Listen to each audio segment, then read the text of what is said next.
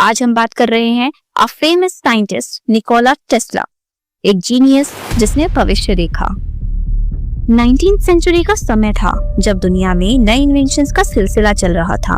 एक छोटा सा गांव स्मिलेजन, आज का क्रोएटिया में 10 जुलाई 1856 को एक लड़का पैदा हुआ जिसका नाम निकोला टेस्ला रखा गया।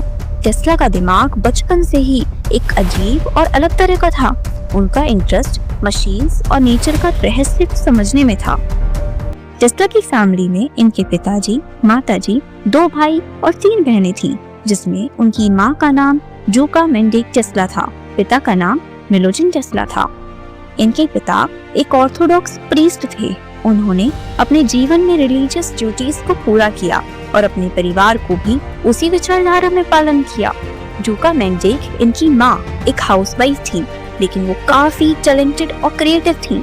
टेस्ला ने अपनी माँ को अपनी इंस्पिरेशन का सोर्स माना। उनका कहना था कि उनकी माँ ने उन्हें साइंस और इन्वेंशन की तरफ प्रेरित किया। टेस्ला अपने बड़े भाई, जिनका नाम डेन टेस्ला था, उनके साथ बहुत खुश होकर रहते थे और जब डेन 7 साल के हुए तो घोड़े से गिरकर उनकी मौत हो गई। निकोला अपनी बायोग्राफी में लिखते हैं, मैं इस इंसिडेंट को कभी भी भूल नहीं पाया। मुझे हमेशा अपने भाई की मौत का सीन याद आता रहता है। उन्हें लगता था कि उनके पेरेंट्स उनसे ज्यादा उनके बड़े भाई डेन से प्यार करते थे, जिनके जाने के बाद वो निकोला को भूलने लग गए। टेस्ला के फादर का सिटी ऑफ गॉसिप में ट्रांसफर हो गया और यहाँ पर टेस्ला की स्कूलिंग स्टार्ट हो गई और वो पढ़ाई में बहुत तेज थे।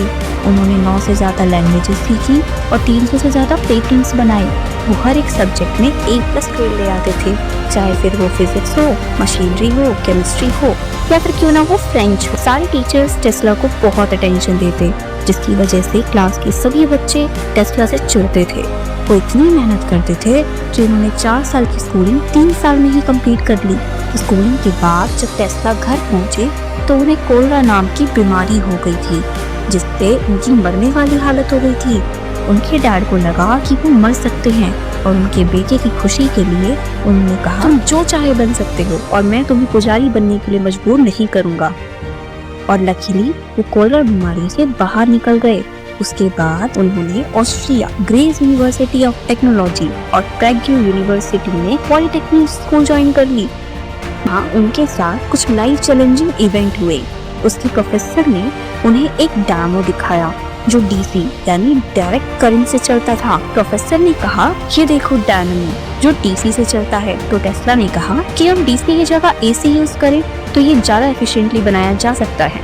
जिसको सुनकर प्रोफेसर को गुस्सा आ गया और उन्होंने उसी डायनामो से कम्युनिकेटर को हटा दिया जो एसी को डीसी में कन्वर्ट करता था। देखा, ये एसी नहीं डीसी से चलता है। उसी दिन से टेस्ला ने अपना लाइफ मिशन बना लिया, एसी यानी अल्टरनेटिंग करंट पर काम करने का, और उनकी पूरी लाइफ की मैक्सिमम डिस्कवरी एसी से ही रिलेटेड है। जब टेस्ला अमेरिका आए थे तब 1884 न्यूयॉर्क सिटी में निकोला टेस्ला और थॉमस एडिसन की पहली मुलाकात हुई थी।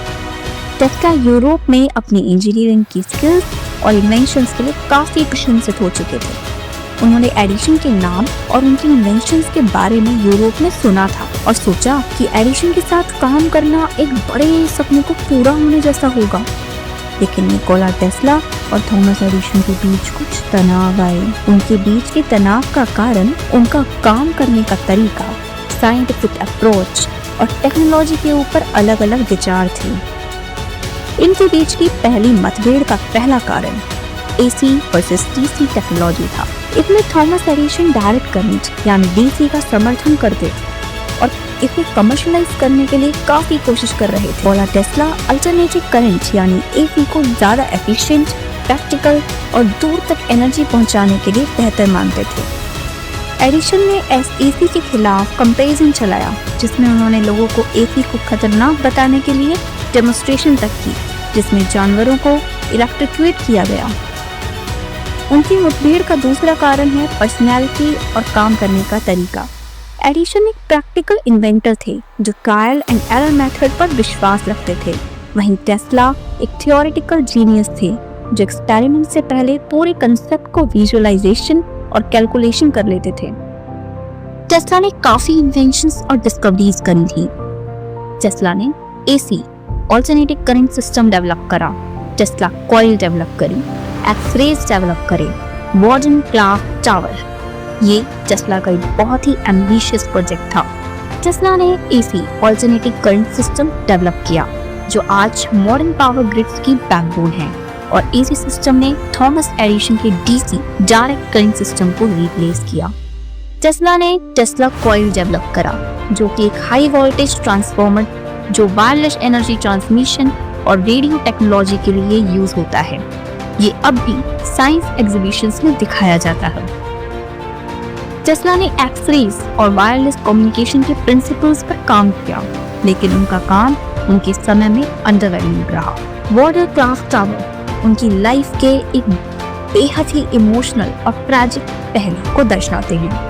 टेस्ला का सपना था कि वो दुनिया को बिना वायर्स के एनर्जी दे सकते हैं। वॉर्डन क्लाफ टावर इस सपने को सच करने के लिए उनका एक अहम प्रोजेक्ट, लेकिन ये पूरा नहीं हो सका, जो उनकी लाइफ के एंड तक उनके दिल में एक गहरी उदासी छोड़ गया। इस प्रोजेक्ट की शुरुआत उन्होंने 1901 लॉन्ग आइलैंड, न्यूयॉर्क में वॉर्डन क्लाफ टावर का कंस्ट्रक्शन शुरू किया। टेस्ला का मानना था कि इस टावर के जरिए वो दुनिया के किसी भी कोने में बिना वायर के इलेक्ट्रिसिटी भेज सकते हैं, जिससे दुनिया में एनर्जी की सप्लाई रिवॉल्यूशनाइज हो जाएगी। उन्होंने अपनी लाइफ के कई सारे यूनिट्स इस प्रोजेक्ट में इन्वेस्ट किए, लेकिन जब उन्हें फंडिंग नहीं मिली तो प्रोजेक्ट रुक गया। उनका सबसे बड़ा इन्वेस्टर जेपी मॉर्गन ने भी उन्हें प्रोजेक्ट के लिए और पैसा देने। उन्होंने टेस्ला से कहा था कि उनका बिजनेस मॉडल प्रॉफिट ओरिएंटेड नहीं था और ये उनके लिए फायदा नहीं ला रहा था। जब टेस्ला के पास पैसे नहीं बचे और प्रोजेक्ट पूरा नहीं हो सका, वॉर्डन क्लाफ टावर को गिराने का फैसला किया गया। वॉर्डन क्लाफ टावर के फेलियर ने टेस्ला को गहरी इमोशनल चोट दी। उन्होंने अपनी जिंदगी का काफी हिस्सा इस प्रोजेक्ट को डेडिकेट किया था, और जब ये पूरा नहीं हो सका तो उन्होंने अपनी पूरी लाइफ को एक फेलियर की तरह महसूस किया। टेस्ला के लिए ये सिर्फ एक टेक्निकल फेलियर नहीं था, बल्कि उन्होंने इस प्रोजेक्ट को दुनिया की भलाई के लिए बनाया था। उन्होंने सोचा था कि ये इन्वेंशन उनकी लेगेसी को सबके लिए समझदारी और प्रगति को एक सिंबल बना देगा। टेस्ला की लाइफ के आखिरी दिनों में उन्होंने अपने आप को अकेला महसूस किया।